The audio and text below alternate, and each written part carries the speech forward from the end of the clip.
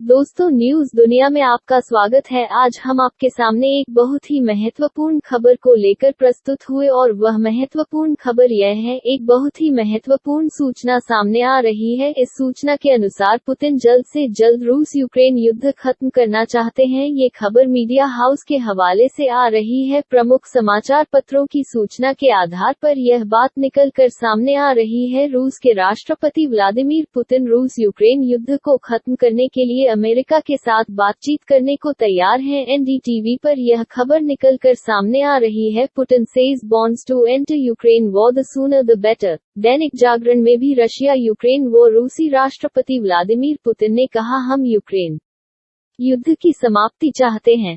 इस तरह की सुर्खियां आज के समाचार पत्रों में बनी हुई है। ये भी बात विचार है। यूक्रेन के राष्ट्रपति व्लादिमीर जेलेंस्की अमेरिका से सहायता लेकर अपने देश वापस लौट चुके। जिस गुपचुप तरीके से यूक्रेन के राष्ट्रपति अमेरिका गए और वहां से सहायता लेकर अपने देश यूक्रेन वापस भी आ चुके हैं। एक बात ये भी है, जब यूक्रेन के राष्ट्रपति व्लादिमीर जेलेंस्की अमेरिका गए और व्हाइट हाउस में जिस तरह से उनका सम्मान किया गया, उसको देखते हुए रूस के राष्ट्रपति व्लादिमीर पुतिन ने कहा था कि रूस अपनी सेना को 1.5 गुना करेगा। उनके कहने का अर्थ है, रूस की इस समय आर्मी की संख्या 10 लाख है, तो आने वाले समय में वह उसे 15 लाख करेगा। याद रहे, यूक्रेन के राष्ट्रपति गुलाब में जेलेंस्की अमेरिका से धन लेने गए थे। साथ ही उन्होंने अमेरिकी रक्षा प्रणाली के प्रमुख अस्त्र, जो कि मिसाइलों से सुरक्षा करता है, पैट्रियोट मिसाइल, उसकी मांग करने गए थे और इस मांग में काफी हद तक कामयाब रहे हैं। अब ये देखना होगा कि अमेरिका किस प्रकार से व्लादिमीर जेलेंस्की द्वारा की जाने वाली मांगों को पूरा करता है। एक तरफ जहां रूस के राष्ट्रपति व्लादिमीर पुतिन अमेरिका तथा यूक्रेन को धमकाते हुए ये कहते हैं कि पैट्रियोट मिसाइल सिस्टम को ध्वस्त करने की क्षमता हमारे पास है, वहीं आज अचानक उनके द्वारा युद्ध समाप्ति की इच्छा जताना और अमेरिका के साथ शांति वार्ता के लिए तैयार होना इतना सरल तो नहीं लगता। इन बातों में ऐसा लगता है कि कहीं ना कहीं कुछ तो पक रहा है। 24 फरवरी 2022 से अब तक रूस के राष्ट्रपति व्लादिमीर पुतिन ने रूस यूक्रेन युद्ध को स्पेशल मिलिट्री ऑपरेशन कहा, लेकिन आज पहली बार रूस के राष्ट्रपति ने माना कि यह रूस यूक्रेन युद्ध है और यही खबरें समाचार पत्रों में प्रमुखता से छापी भी गई है। अमेरिकी मीडिया का कहना है, रूसी राष्ट्रपति व्लादिमीर पुतिन की पर्सनैलिटी हमारी समझ से परे है। वह ऐसा इसलिए कह रहे हैं क्योंकि अमेरिकी मीडिया का मानना है, हमें ऐसा नहीं लगता कि रूसी राष्ट्रपति व्लादिमीर पुतिन बहुत जल्द युद्ध खत्म करना चाहते हैं, क्योंकि ऐसी उनकी पर्सनैलिटी नहीं है कि वह किसी भी बात को बहुत ही सहज और सरल तरीके से मान। जिस समय यूक्रेन के राष्ट्रपति व्लादिमीर जेलेंस्की अमेरिका में थे, उस समय रूस के राष्ट्रपति व्लादिमीर पुतिन ने कहा था कि यदि अमेरिका ये सोचता है कि वह पैट्रियोट मिसाइल सिस्टम देकर यूक्रेन को बचा लेगा, तो यह उसकी बहुत बड़ी भूल है। हमारे पास आपके मिसाइल सिस्टम को ध्वस्त करने के लिए समुचित व्यवस्था तैयार है। यदि आप अपनी फजीहत नहीं चाहते हो तो अपने पैट्रियोट मिसाइल सिस्टम को यूक्रेन से दूर ही रखो। रूसी राष्ट्रपति व्लादिमीर पुतिन का कहना है कि हम अमेरिकी मिसाइल सिस्टम से बिल्कुल घबराए हुए नहीं हैं, क्योंकि हमारे पास ऐसी मिसाइलें हैं जो कि अमेरिका के पास भी नहीं है और हम बहुत ही आसानी से अमेरिकी पैट्रियोट मिसाइल सिस्टम को मारकर गिरा सकते हैं। यदि फिर भी अमेरिकी राष्ट्रपति युद्ध को खत्म करना चाहते हैं तो इसके क्या कारण हो सकते हैं? विशेषज्ञों का कहना है कि रूस यूक्रेन युद्ध में रूस ने अपने 1500 अधिकारी को दिए हैं। इसके साथ ही 160 जनरल रैंक के अधिकारी भी मारे जा चुके हैं।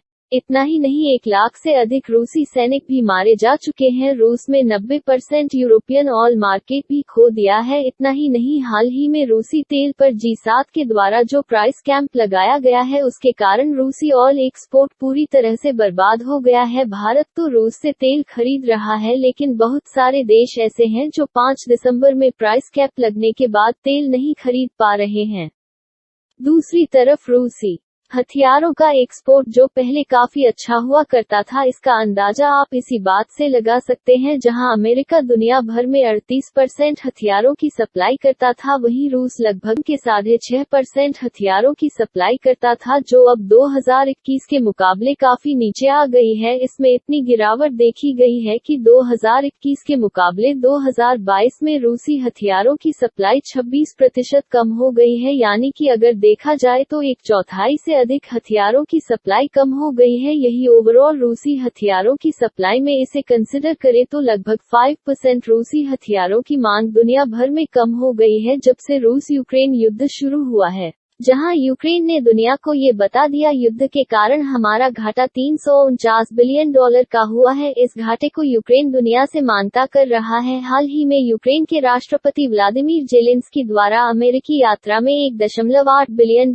की सहायता उन्हें मिल ही जाएगी। वहीं दूसरी ओर रूस को सिर्फ नुकसान और नुकसान ही झेलना पड़ रहा है। क्या आपको पता है कि इस युद्ध के कारण रूस को कितना नुकसान हुआ है? तो मैं आपको बताना चाहता हूँ। 24 फरवरी सन 2022 से अब तक रूस का $82 बिलियन का इन्वेस्टमेंट अपनी सेना पर हो चुका है, यानी कि इतना खर्चा हो चुका है सेना पर। जो दूसरे खर्चे हैं वह अलग है। तेल ना बिकने के कारण नुकसान, देश में बढ़ती महंगाई से चीजों को दूसरे देशों से महंगा खरीदना पड़ रहा है। फल और सब्जियां जैसी चीजें ठंड में जो बहुत महंगी हो जाती हैं क्योंकि रोज पूरी तरह फ्रीज हो जाता है और उसे पूरी तरह से दूसरे गर्म देशों पर निर्भर रहना पड़ता है, जिसमें फल और सब्जियों की सप्लाई भी शामिल है। इसके अतिरिक्त बहुत सारी यूरोप की कंपनियां रूस छोड़कर जा चुकी है, जिसके कारण वहां ऑटो पार्ट्स मिलना भी बहुत मुश्किल काम हो गया है। इसलिए रूस की जनता भी व्लादिमीर पुतिन के फैसलों से परेशान है। युद्ध के कारण जो इतना बड़ा घाटा हुआ है, इसको रूस कहां से मैनेज कर पाएगा? शायद इसी को देखते हुए रूसी राष्ट्रपति व्लादिमीर पुतिन ने युद्ध को खत्म करने का फैसला लिया हो। यह माना जा रहा है